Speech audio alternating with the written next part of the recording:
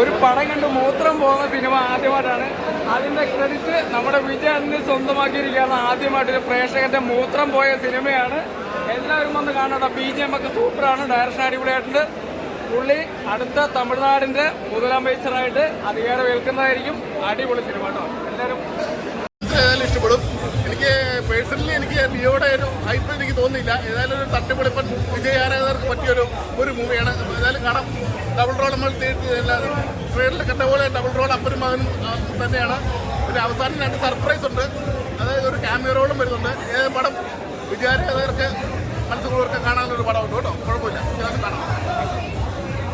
ഇതിൻ്റെ ഫാൻസിന് ഏതായാലും കാണാൻ പറ്റിയൊരു പടമാണ്. അതായത് എനിക്ക് ലിയോയുടെ ഒരു ഹൈപ്പ് തോന്നിയില്ല. എന്നാലും വിജയ് എന്നായിട്ടുണ്ട്. വിജയ് ആരാധകർക്ക് പറ്റിയ പടം. പിന്നെ നമ്മുടെ ക്ലൈമാക്സിൽ ഒന്നും സർപ്രൈസ് ഒക്കെ ഉണ്ട്. ഒരു ക്യാമിയോ റോളൊക്കെ വരുന്നുണ്ട്. ഏതായാലും വിജയ് ആരാധകർ മസ്റ്റ് വാച്ച് പടം തന്നെയാണ്. ഫാൻസിന് പറ്റിയൊരു പടം. എനിക്ക് ഒരു തോന്നിയത് ചെറിയൊരു പോരാ എന്ന് വെച്ചാൽ ഒരു ലിയോയുടെ ഒരു ഹൈപ്പില്ല. ഇതൊരു ഫാൻ ബേസ്ഡ് പടമാണ്. തട്ടുപൊളിപ്പൻ ഫാൻ ബേസ്ഡ് പടം.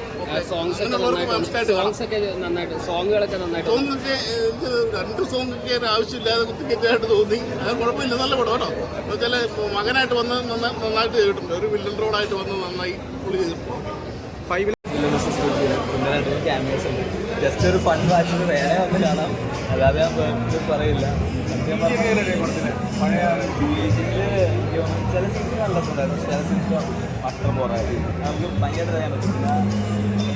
പിന്നെ പഴയ വിജയകാന്ത് മൊത്തത്തിൽ എനിക്ക് ആക്ച്വലി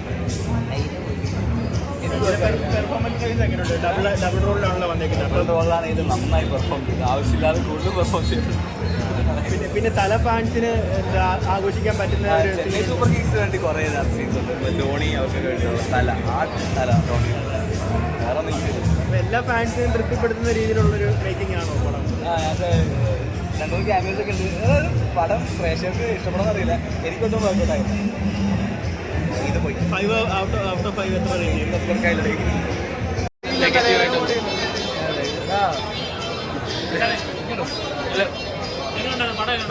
എനിക്ക് വർക്കൗട്ടായില്ല. എനിക്ക് ഫസ്റ്റ് വർക്കൗട്ടായില്ല. പങ്കാത്ത അല്ലെങ്കിൽ മാനടൊക്കെ എടുത്ത് വെച്ചിട്ടാണെങ്കിൽ ഇത്ര പടം നല്ലൊരു സ്റ്റാർട്ട് പോലെ അത്യാവശ്യം കഥയൊക്കെ ഉള്ളായിരുന്നു. പക്ഷേ മ്യൂസിക് ഏറ്റവും ഡ്രോബാക്ക് ചെയ്യുന്ന മ്യൂസിക് BGM എവിടെയെങ്കിലും നല്ല BGM വരായിരുന്നു. നമ്മൾ ലിയോ അല്ലെങ്കിൽ ആ പടത്തിലൊക്കെ നമുക്ക് ആ ഒരു ഫീൽ, ആ ഒരു പാട്ട് ഫസ്റ്റാണ്. BGM ഫസ്റ്റ് ഹാഫ് കുറച്ച് നല്ല മാസ് സീൻസ് ഒക്കെ ഉണ്ടായിരുന്നു. പക്ഷേ അവിടെ ഒരു BGM പോലും വരാതെ നമുക്കൊരു ഇമ്പാക്റ്റ് അല്ലെങ്കിൽ വിജയ് സിനിമയിൽ നോർമലി കിട്ടുന്ന ആ ഒരു ഗൂസ് ബംസ് മാസ് സീനൊക്കെ ആക്ച്വലി തിയേറ്റർ ചത്ത പോലെയായിരുന്നു. സെക്കൻഡ് ഹാഫ് ക്ലാപ്പ് ബർത്തി മൊമെന്റ്സ് ഒക്കെ ഉണ്ടാവും വിചാരിച്ചു. പക്ഷെ കോമഡി ആയിരുന്നു. പിന്നെ നമുക്ക് മറ്റേ നമ്മുടെ അഴകി തമിഴ്മല പോലെ double role Vijay versus Vijay അത് കണ്ടിരിക്കാൻ കുറച്ച് രസമുണ്ടായിരുന്നു. ക്ലൈമാക്സ് ഒക്കെ നമുക്ക് ഓൾഡർ വിജയ് തന്നെ പറ്റും. എന്നതൊരു മൊഴിയില്ലേ എക്സ്പ്രഷൻ അല്ലാതെ പടത്തിൽ പോസിറ്റീവായിട്ടാ വിജയുടെ സെക്കൻഡ് ക്ലാസ് വരാണ്. അപ്പോൾ തിയേറ്ററിലൊന്ന് എൻജോയ് ചെയ്ത് വിസിറ്റ് കാണാൻ പറ്റും. അത്ര തന്നെ. ധോണിയുടെ ചെന്നൈ സൂപ്പർ കിങ്സ് അത്യാവശ്യം നന്നായി കാണിക്കുള്ളൂ. ക്ലൈമാക്സ് സ്റ്റേഡിയം അതൊക്കെ. സോ തല ഫാൻസിനൊന്നും എൻജോയ് ചെയ്യാനുള്ളത് തല വിജയ് ഫാൻസ്. അല്ലാതെ എനിക്ക് പേഴ്സണലി വർക്കൗട്ടായില്ല. ഒന്നുമില്ല കേട്ടോ. DAGക്ക് ചില സീൻസ് നല്ല രസമുണ്ടായിരുന്നു. ചില സീൻസ് അത്ര പോരായിരുന്നു. നമുക്ക് ഭയങ്കരമായിട്ട് മനസ്സിലാവും. ചില സീൻസ് ഓക്കെ ആയിരുന്നു. ചില സീൻസ് ഭയങ്കര പോരായിരുന്നു. അതൊക്കെ ശരിക്കും നമുക്ക് തിയേറ്ററിൽ ഇരിക്കുമ്പോൾ ഇല്ലെന്നൊന്നും പറയാൻ പറ്റില്ല. അതായാലും അതൊരു വാച്ച് ചെയ്യാനുള്ള ഒരു സംഭവമുണ്ട്. വിജയ് പെർഫോമൻസ് വെച്ച് എല്ലാവരും കിട്ടുന്നത് തന്നെയാണ്. അത് വിജയ് മാത്രമല്ല, ഇതിൽ ഒരുപാട് ക്യാരക്ടേഴ്സ് വന്നിട്ടുണ്ട്. അവരൊക്കെ നല്ല രീതിയിൽ ചെയ്യുന്നുണ്ട്. പിന്നെ മെയിൻ കാര്യം എന്ന് പറഞ്ഞാൽ ഇതാണ്, BGM ഒക്കെ കിട്ടില്ലെന്ന് തന്നെയാണ്. പക്ഷെ 3 പാട്ടുകളുണ്ട് ഈ പടത്തിൽ. പാട്ടുകൾ 3ഉം ഒരു പ്ലേസ് ചെയ്യാത്തൊരു സന്ദർഭമായിട്ട് ഒട്ടും യോജിക്കാത്ത ഒരു പാട്ടുകളായിട്ട് എനിക്ക് ഫീൽ ചെയ്യുന്നത്. വെറുതെ കുത്തി കയറ്റിക്കണ പോലെ എനിക്ക് ഫീൽ ചെയ്യുന്നത്. എന്തായാലും പടം ഒരു 1 ടൈം പറ്റുള്ളൂ. അത്രയും പറയാനുള്ളൂ.